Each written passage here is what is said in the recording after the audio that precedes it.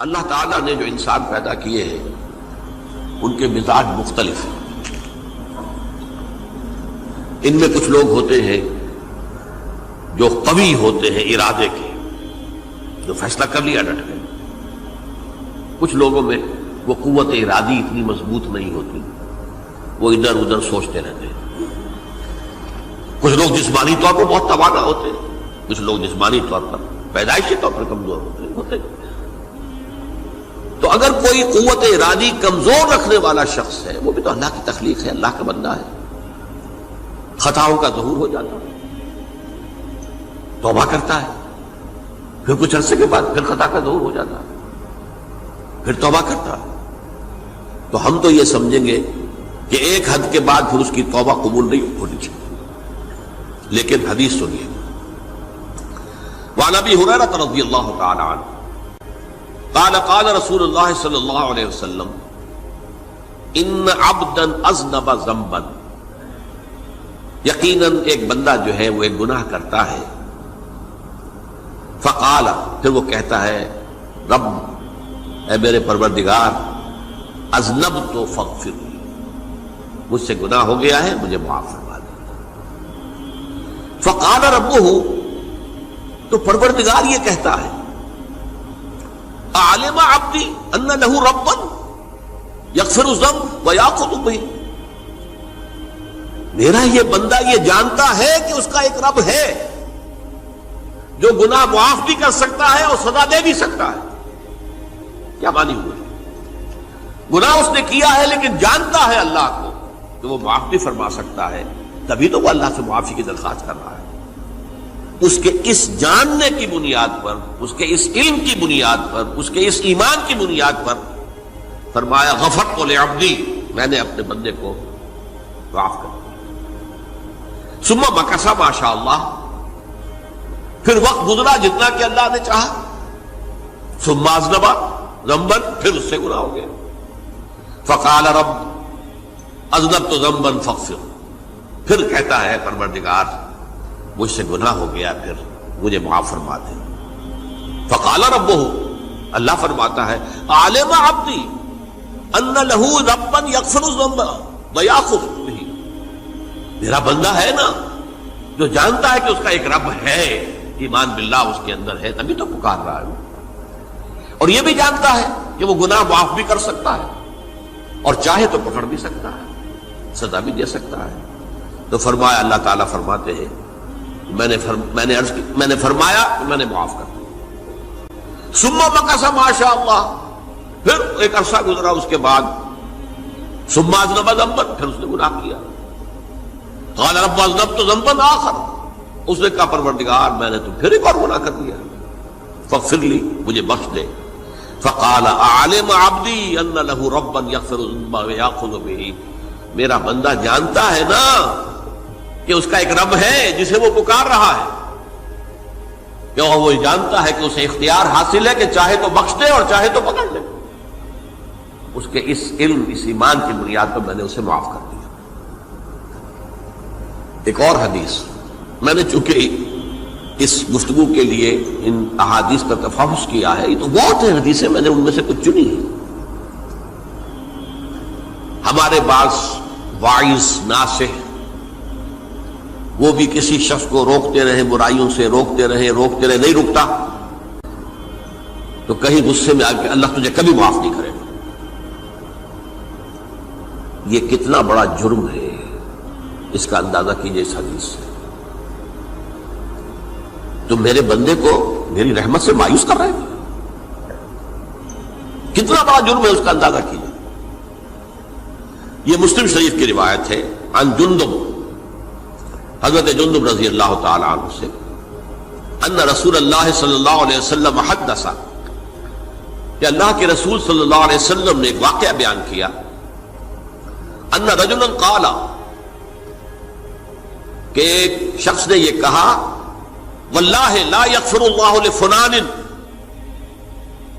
کہ خدا کی قسم اللہ تعالیٰ فلاں شخص کو کبھی معاف نہیں کرے گا.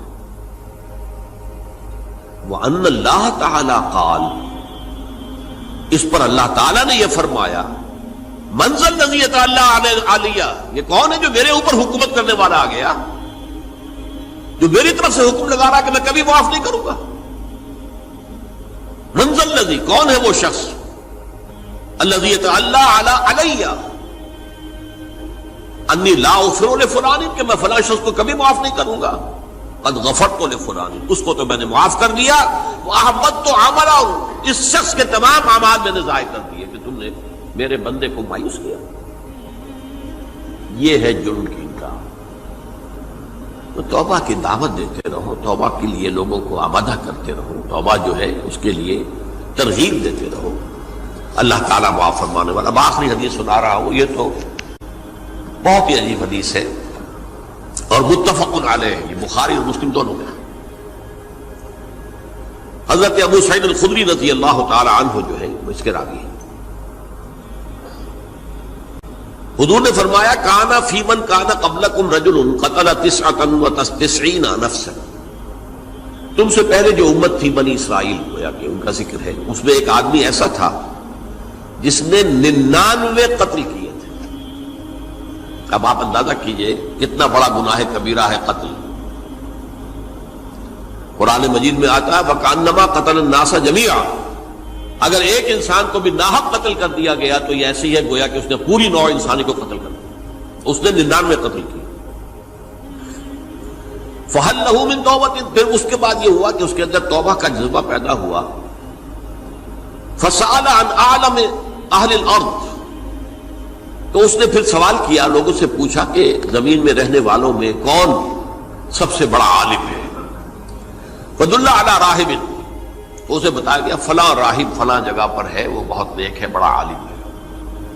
فَأَتَاهُ، وہ اس کے پاس آیا، فَقَالَ أَنَّهُ قَتَلَ 99 نَفْسًا فَهَلْ لَهُ مِن تَوْبَةٍ، انہوں نے کہا دیکھیے راہب صاحب، میں نے 99 انسان قتل کیے، اب مجھے یہ بتائیے کہ میرے لیے توبہ کا کوئی امکان ہے؟ فقال لا، اس نے کہا نہیں۔ فقتلہ، اس نے اس کو بھی قتل کر دیا۔ فکمل بہ 100، اپنی سینچری مکمل کر لی، مطلب 99 کے بعد ایک کی کسر تھی، اس کو بھی قتل کیا، 100 پورے کر لیا۔ ثم سأل عن عالم اہل الارض، پھر اس نے پوچھا کوئی اور، کوئی بڑے عالم انسان ہو۔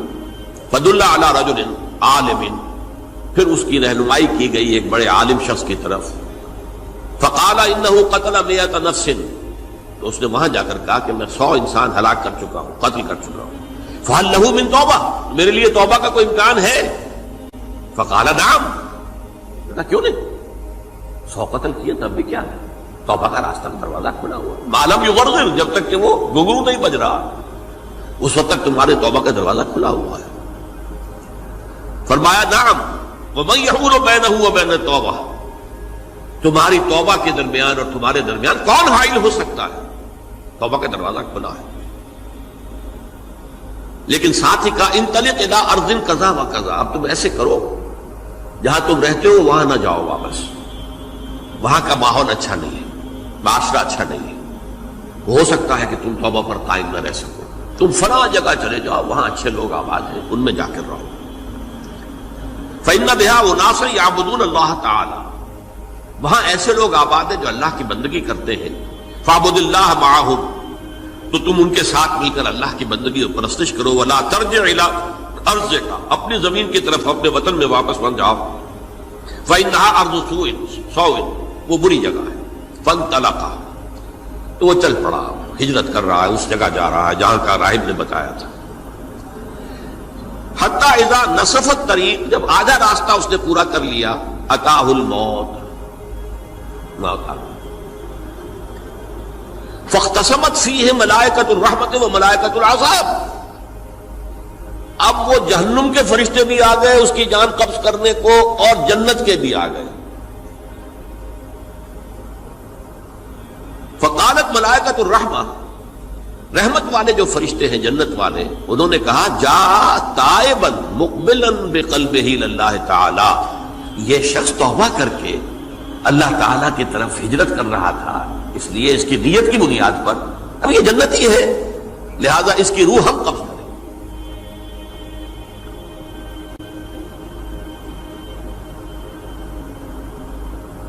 وقالت الملائکۃ العذاب، اور وہ جو عذاب والے فرشتے ہیں وہ کہیں گے انہ لم یعمل خیرا قط، تو نے توبہ کے بعد کوئی نیک عمل تو کیا ہی نہیں، تو کس بنیاد پر اس کو تم جنت میں لے جاؤ گے؟ اس کو تو دوزخ میں جانا چاہیے۔ فاتاہ ملک فی صورت آدمی، تو ان کے پاس اللہ نے ایک اور فرشتے کو بھیج دیا آدمی انسانی شکل کے اندر، فجعلوہ بینہم، ان فرشتوں نے کہا بھائی ہمارا فیصلہ کرا دو، اس کی روح ہم لینا چاہتے ہیں یا ہم لینا چاہتے ہیں، انہیں حکم بنا لیا۔ فقال قیسوا ما بین الارضین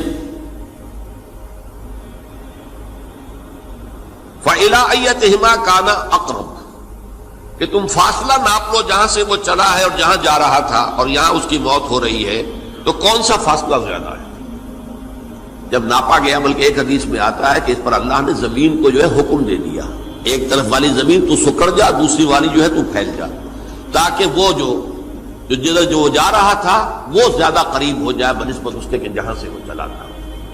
تو اس فیصلے پر پھر جو فرشتے تھے، جو کہ رحمت کے فرشتے تھے، وہ اس بندے کو لے گئے جنت کے اندر۔ یہ ہے توبہ کی عظمت اور اس کی میں مدینے چلا، میں مدینے چلا، میں مدینے چلا، میں مدینے چلا، میں مدینے چلا، میں مدینے چلا، میں مدینے چلا، پھر کرم ہو گیا، میں مدینے چلا، پھر کرم ہو گیا، میں مدینے چلا، میں مدینے چلا۔